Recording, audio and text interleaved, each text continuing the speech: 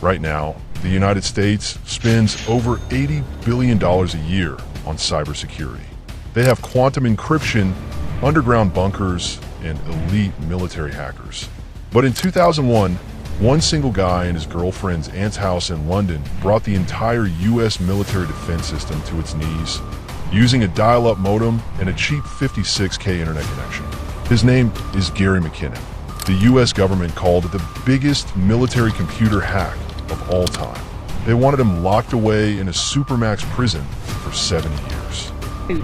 Accused of hacking into the Pentagon's computer network in 2002, causing damage estimated to be more than $700,000. But the 44-year-old suffers from Asperger's syndrome and claims to have been looking for evidence of UFOs. They accused him of paralyzing naval weapons supplies right after September 11th. But Gary didn't want money. He didn't want to start a war.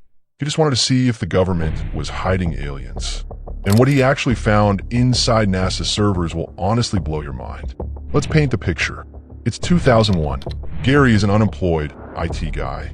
He's obsessed with UFOs, smoking a bit too much weed, and sitting in a small room in North London. He hears about something called the Disclosure Project, a group of credible military people claiming the US government is hiding alien technology. Gary thinks, fine, I'll just look for myself. Gary didn't even write a virus. He just wrote a tiny script that scanned the US military's Windows networks to see if any network administrators had forgotten to set a password. And guess what? Tons of them had. He literally walked through the front door of the world's most powerful military networks because someone at the Pentagon left their password completely blank. He installed a commercial legal remote access tool called Remotely Anywhere. It's a tool businesses use for tech support. Because it was legal software, the military's antivirus scanners just ignored it. He was effectively invisible. For 13 straight months, Gary was virtually walking around the Pentagon, and he wasn't alone. Gary later admitted that every time he logged on, he could see IP addresses from China, Turkey, and Iran doing the exact same thing. The Pentagon was basically an open internet cafe. But then, Gary starts downloading things he was never supposed to see. First, he uses a search tool inside the military domain to sweep all the files. He stumbles upon an Excel spreadsheet hidden deep in the Pentagon servers. The title of the spreadsheet? Non-terrestrial officers. It contained a list of names, ranks, and logs of ship-to-ship transfers. But Gary looked up every single one of those ship names. They didn't exist in the US Navy. They didn't exist in any global registry. Gary's theory? The US military has a secret space fleet. But it gets weirder. Gary hacks his way into Building 8 at the Johnson Space Center. He knew they processed high-resolution satellite imagery there. He finds a folder titled Filtered and Unfiltered. Because he was on a slow dial-up connection, the image downloaded line by line, agonizingly slow. He watches his screen render a crystal-clear, high-definition photograph of Earth's atmosphere. And floating right above the hemisphere is a massive, metallic, cigar-shaped craft. Just as Gary is staring at it, completely bedazzled, he sees the mouse cursor on his screen start moving by itself. An admin noticed him. Within seconds, the connection was severed. Gary didn't even have time to take a screenshot. The door slammed shut. And that brings us to the moment everything exploded for Gary. For him to do that, I think was incredibly brave, and I was actually quite proud that he stood up for Gary. The US government suddenly realized they had a ghost in the machine, and the timing couldn't have been worse.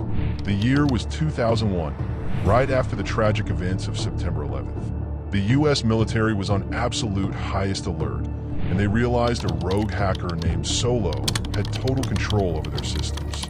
Gary wasn't trying to sabotage anything. He deleted log files simply to hide his tracks, so he could keep looking for UFOs.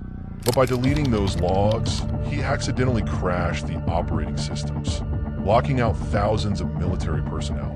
To make matters worse, Gary left a cheeky note on one of their homepages that said, "Your security is crap. If you poke a sleeping bear, it gets angry. If you poke the US military right after September 11th and tell them their security is crap, they will deploy everything they have to destroy you." McKinnon was a Scottish systems administrator in his 30s when he was accused of hacking into computers at the Pentagon and NASA. Described by the US as the biggest military computer hack of all time. In March 2002, Gary made a rookie mistake. He used his girlfriend's aunt's email address to download a trial version of the hacking software. The authorities tracked the IP address straight to the house. At 8:30 a.m., British police busted through the door. Gary was fast asleep after an all-night hacking session. This is where the story gets deeply human and incredibly dark. The US government indicted Gary on 7 counts of computer fraud. Authorities in the UK never charged him, but in 2002, the US requested his extradition. But McKinnon's legal team and family say he never intended to utilize any of the information he accessed.